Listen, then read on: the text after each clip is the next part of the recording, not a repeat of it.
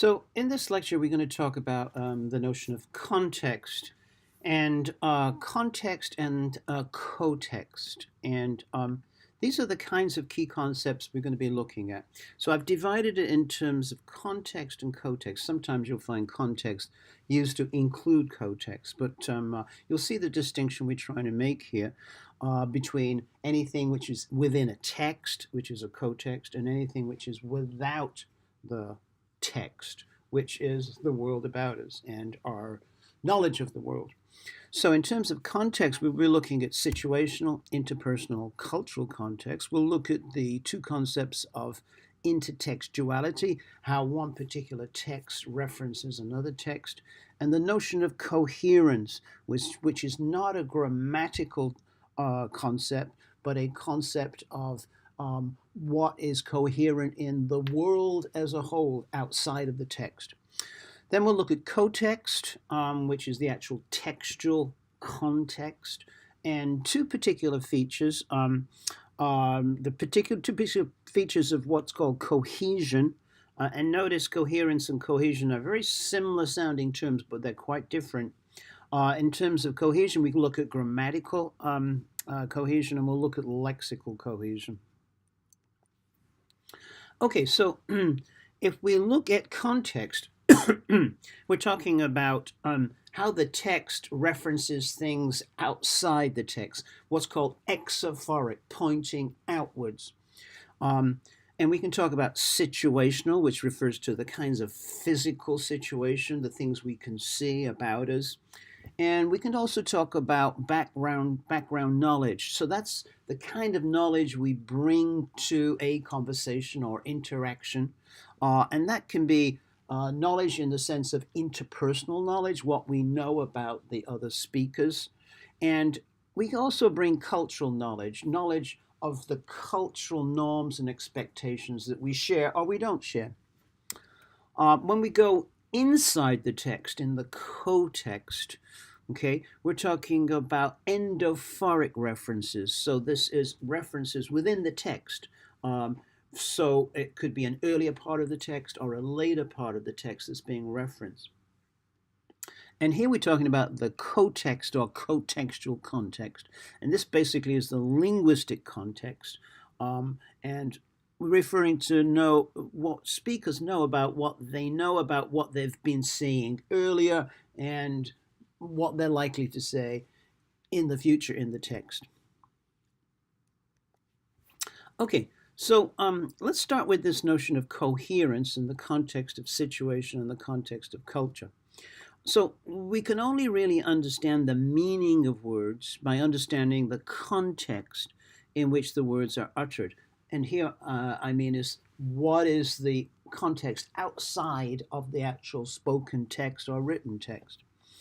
And so we only understand the meaning of words in context in which the words are uttered in the larger context of the culture in which an action or the language is taking place. Okay, and in this sense, we're talking about pragmatic meaning. So if we think of situational, what we have is an interaction between the actual written or spoken text and something outside of the text. And for example, a great example of this is a particular guidebook. If you're reading a guidebook, that particular way it's written is an interaction with what you're actually seeing beyond the actual written text. So for example, on your right, you will see the famous fresco by Giotto. So presumably you are in the church in Florence, and you're walking around the church, and the guidebook is giving you directions and telling you things about the things you're looking at, right? So this is an exophoric reference outside of the text, and it's based on an interaction of the text with the situation, with the physical situation. Look at this particular text here, and I just want you to take a minute or so to read it and to try to make sense of it. And I'll read it for you. So if the balloons pop, the sound would not be able to carry, since everything would be too far away from the correct floor. A closed window would also prevent the sound from carrying, since most buildings tend to be well insulated. Since the whole operation depends on a steady flow of electricity, a break in the middle of the wire would also cause problems. Of course, the fellow could shout, but the human voice is not loud enough to carry that far. An additional problem is that a string could break on the instrument. Then there would be no accompaniment to the message. It's clear that the best situation would involve less distance. Then there would be fewer potential problems. With face-to-face contact, the least number of things could go wrong. Is that coherent?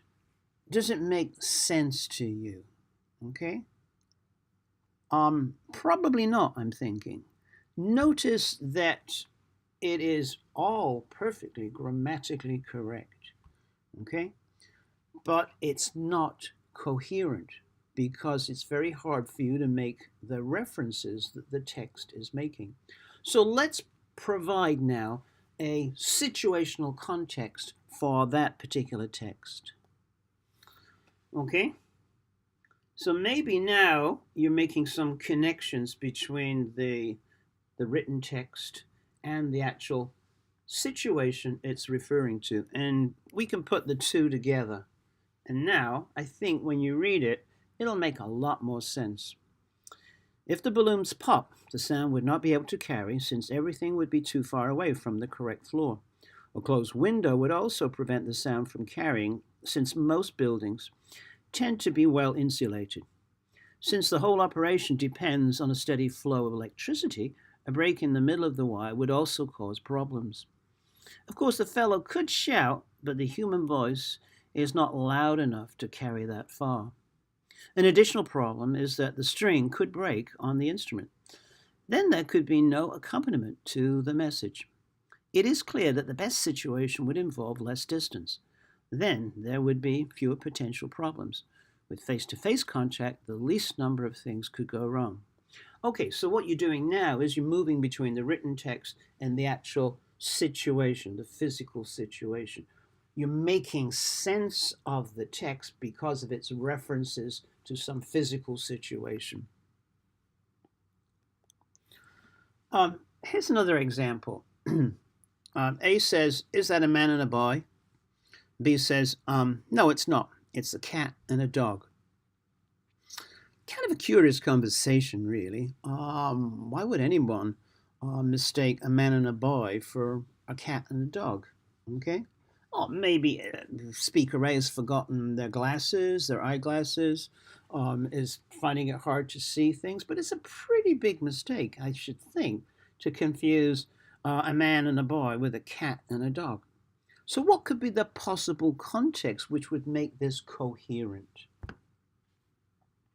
Well, what that interaction is taken from is an actual a text, very famous text that was used in the 30s and 40s and even into the 50s, and probably may still be being used now for teaching English. And of course, it takes a very grammatical approach and uses these kinds of sentences and interactions to illustrate. In this case, it's illustrating copula B and negation. So there are some very curious conversations here. Is that a train? Yes, it is. Is that a boy? No, it's not a boy. It's a train. Etc., etc. What is that? It is a ship. Is that a woman? No, it's not a woman. It's a ship, etc., etc. So you can begin to understand here that actually the language has no communicative value as such. It's there as putting grammar structure on display. Here's another example of exaphoric reference, and this is an example of what's called ekphrastic poetry. So ekphrastic poetry is poetry, and it could be also prose as well, which is written in response to a particular, maybe a painting or a picture. And in this case, this is a very famous picture of Leda and the Swan. Leda and the Swan, going again back to Greek mythology. So if you read this, again, it has a level of incoherence because you are not looking at the picture in which the poet W.B. Yeats is looking at in the way he's describing that picture. So, a sudden blow, the great wings beating still, above the staggering girl, the thighs caressed. By the dark webs, her nape caught in his bill. He holds her helpless breast upon his breast. How can those terrified, vague fingers push the feathered glory from her loosening thighs? Whoa, X-rated stuff. And how can body laid in that white rush but feel the strange heart beating where it lies? Okay, and you can continue like that. It's not easy to make sense of this poem if we don't have the painting that Yeats is describing. So here's the painting, and it should become a lot clearer to you now, even if you don't know the Greek mythology of Leda and the Swan. The actual physical picture now will allow you to understand a lot more about that poem than you would have understood if you didn't have access to this particular picture. Okay, so that was situational context. Let's look at background knowledge, and we'll look at cultural knowledge. Here's a reading passage, a reading text, which was actually used in an experiment many years ago to illustrate the importance of background knowledge or cultural knowledge. And there were two groups of participants in this study, a group of American students and a group of Indian subcontinent Indian students. Both of their L1s are English. So it's not a difference of language, but it's a difference of culture that's trying to be exhibited here. So did you know that Pam was going to wear her grandmother's wedding dress? That gave her something that was old and borrowed too. It was made of lace over satin with very large puff sleeves and looked absolutely charming on her. The front was decorated with seed pearls. Now, if you're an American student and you're reading this, you will immediately access a particular schemata. And this is a particular schemata of a tradition or ritual when a woman is getting married, that there is a guide to the kinds of clothes she has to wear on her wedding day. And it goes something like something borrowed, something blue, something old, something new, something borrowed, something blue. And that's a kind of little schemata which guides the traditional choice of a wedding dress. For students who don't have that cultural knowledge, their comprehension of this piece, their response to this piece was that Pam, the person in the text, must be a kind of a poor person because she has to choose something borrowed for her wedding day. Whereas for the American students, having access to this cultural schemata, they fully understand exactly what's going on here. So that's the importance of background knowledge, of cultural schemata. And that other little piece there is another illustration. Mary heard the ice cream man coming down the street. She remembered her birthday money and rushed into the house. Okay, so for most people reading this who grew up with ice cream vans coming down the street, they will see, they will understand that she went into the house to get her money to buy an ice cream. Of course, you could have a different interpretation of this. It could be that the ice cream man signifies something threatening, and she went in the house to hide her birthday money, depending, of course, on your cultural understanding of ice cream men and ice cream trucks. Okay, another form of background knowledge is interpersonal knowledge, what we know about each other, okay? What is familiar to us about the person we're speaking to. And we share a lot of interpersonal relations. Here's a little conversation. A says, "How was your trip to Reykjavik, Ronnie?" And B says, "I think it went well, Mummy. At least everyone kept saying, 'Dutch, you've changed the world.'" Who's speaking here? if you have interpersonal knowledge of the particular terms of address here, Ronnie, Mommy, and Dutch, then you'll know who this conversation is between. If you don't know these particular terms, then you probably have no idea. Well, this is actually a conversation between Ronald Reagan and Nancy Reagan, his wife. So Nancy always referred to Ronald Reagan as Ronnie, and Ronald Reagan always referred to his wife as Mommy. And of course, like a lot of people, Ronald Reagan had different nicknames. His wife used one, which was an intimate nickname, but his colleagues, his workmates, called him Dutch. In fact, that was his nickname from when he was very young growing up. Okay? So that's interpersonal knowledge, another feature of background knowledge. Then we have the notion of intertextuality, and you remember this particular situation from the problem we looked at in class. And to make sense of this, of course, you have to have knowledge of what has gone before, what texts, what spoken texts, what written texts have gone before. And that's the notion of intertextuality. Just to follow on from that is that my pal Tim, who lives in Rome, was telling me that the day after Berlusconi said that all people who vote on the center-left were coglione, Tim went down to his piazza where he lives to get his morning newspaper, which he does every morning, and the newspaper seller is a friend of his, Mario, who likes to practice his English with Tim, right? So this is the conversation that happened. So Tim says, "Buongiorno, Mario," and Mario says, "Good morning, Tim. I am a testicle." And Tim says, "Come," which in Italian means what? So what Mario is doing is using intertextuality, right? He's doing it on a very complex level. He's translating, but he's also referring to previous texts. And here's another larger, perhaps, example of intertextuality.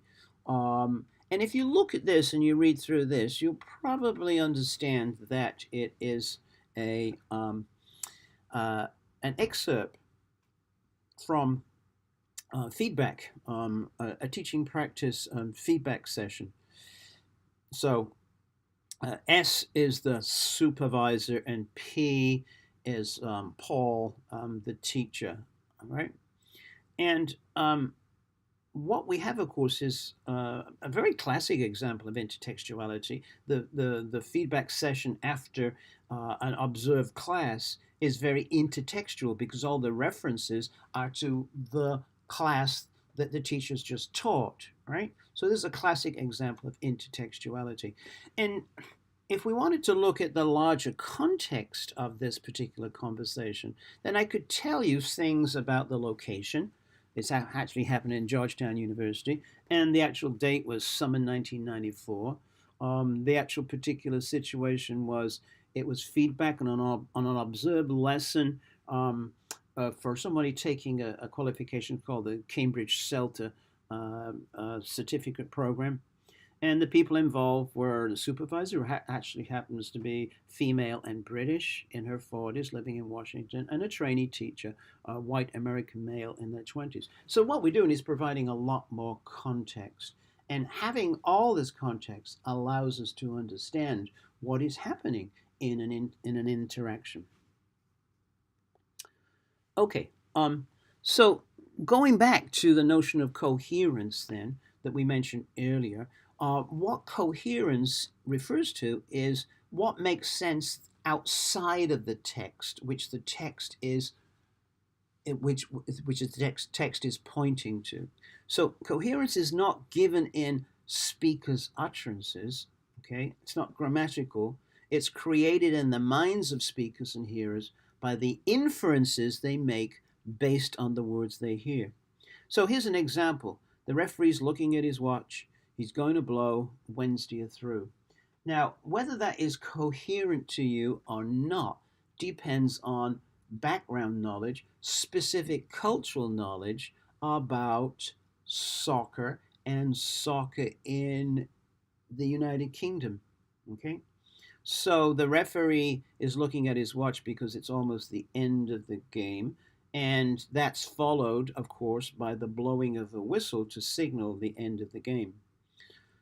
Here's the more tricky part, perhaps. Wednesday are through. What does that mean?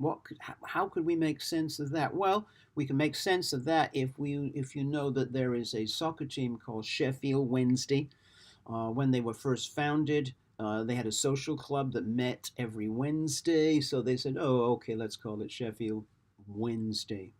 And Sheffield Wednesday are through refers to a knockout competition, so they're through to the next round.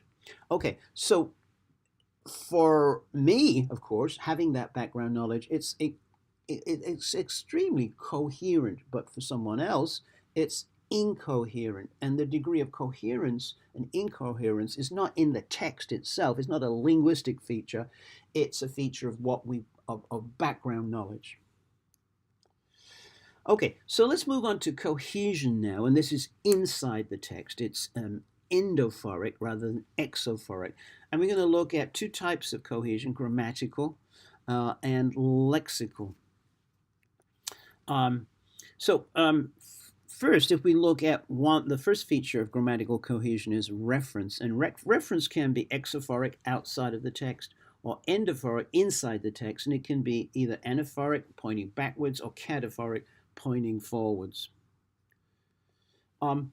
So have a look at the text on the left there. The tram over there will take you where you want to go. It'll be here in 2 minutes. They have a great public transport system, these Leipzigians. Okay, so what we can do is break that down and look at exophoric references. So there, which is place deixis. So this is a conversation that's taking place and the reference is to a physical place that's being pointed to. You, of course, is person deixis, right? And that's who is you? Well, we have it's only understandable in a particular context, a physical context, and we also have an example of time deixis in 2 minutes.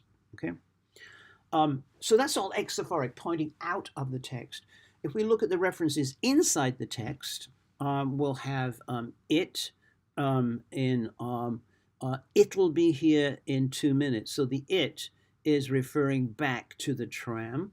And then we have they. Well, who are they? Well, it's pointing forward in the text. It's cataphoric reference to Leipzigians, which is coming later, people who live in Leipzig. Okay, and then we have one other example of anaphora, really, and that is what's called associative anaphora or endophora. Let's call it associative anaphora, and that is the way that a group of words refer to the same thing, right? So, for example, tram is connected to great public transport system. And we'll look at another example of that. So here's a great example. This is the Beatles, A Day in the Life. I think you know this one. Woke up, got out of bed, dragged a comb across my head, ran downstairs and drank a cup, and looking up, I noticed I was late. Grabbed my coat and grabbed my hat, made the bus in seconds flat. Went upstairs and had a smoke. Somebody spoke and I went into a dream. Etc. You probably, maybe you don't remember that one or know that one. Classic Beatles song. So if you look at that, woke up, got out of bed, dragged a comb across my head, ran downstairs. So notice downstairs is referring to the house. We know we're in a house because there's a bed, but it actually is creating an image of a house which actually has 2 floors, right? Well, not all houses have 2 floors and downstairs. And looking up, I noticed I was late, grabbed my coat and grabbed my hat, made the bus, bus, in seconds flat. Went upstairs. Upstairs, what does that mean? Well, it's referring back to bus. So in this particular instance, in Liverpool, Um, John Lennon was getting on the bus and he went upstairs because buses then and still today are double deckers and you can go upstairs. And in those days, you could actually smoke upstairs, you couldn't smoke downstairs. Okay, so the next particular feature of grammatical cohesion is substitution. Um, so A says, this coat is more expensive than the ones I saw on the market. I expect so. It's much better quality. So what does the so refer to there? It's substituting the particular fuller expression, I expect um, uh, it is more expensive. Okay, so the so is substituting for a whole particular phrase there. The coat is more expensive. I expect the coat is more expensive, right? So is one classic way of using substitution. Another element is ellipsis, okay? And notice ellipsis is not substituting a word, but it's not doing a complete or a complete request. So, for example, you could say cookie, which really is ellipsis of uh, uh, uh, will you have a cookie? Would you like a cookie? And then B says, I think I will have a cookie. So have a cookie has been left out. It's omission. So the difference here is you're omitting stuff, and with substitution, you're actually putting in a new word. We also have lexical cohesion, and the first one of those is a very simple one, which is repetition. Lots of repetition in pop songs, for example. Often when we're writing, we use a lot of complex repetitions. So we take a lexeme, and instead of repeating the actual word clumsy, we might say clumsily, clumsiness, etc. Repetition, pragmatics, pragmatic analysis, a pragmatically informed approach. So this is complex repetition. Another element of lexical cohesion is our synonyms. For example, I took the cat to the vet. Puss kept scratching its ears. So puss is a synonym for cat. We also have superordinates. A says, I bought roses. Can you put them in a vase? I can't find them. Where did you put the flowers? So flowers is referring to roses. But notice that flowers is a superordinate that goes above, and there are different kinds of flowers like roses. You can't do this the opposite way around, okay? You can't say, I bought flowers. Can you put them in a vase? I can't find them. Where did you put the roses? No. How do you know it's roses? Okay, so it's using a superordinate to refer back to the hyponym, which is roses. Then we have lexical cohesion in terms of general words, and these are used a lot in spoken text. So it's very difficult often to find the specific word you want, because you're talking in real time. So things like place, stuff, things are what we call general words. They're there and they refer to a lot of other particular types of words. There's an Irish general word called yoke, which is works a lot in the same way. And then, of course, if you're a college student, your perhaps favorite general word would be shit. I can't get my shit together. I can't find my shit, etc., etc. Okay, so what we've done here is we've looked at context, and we've looked at context in terms of situational, interpersonal, and cultural context.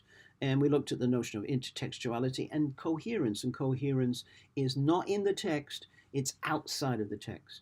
Then we looked at cotext, right, or the linguistic context, and we look at the features that kind of bind the cotext together. We looked at grammatical cohesion and lexical cohesion. When we looked at grammatical cohesion, we looked at reference, we looked at substitution and ellipsis. And with Lexis, we looked at lexical cohesion, we looked at repetition, synonyms, superordinates, and general words.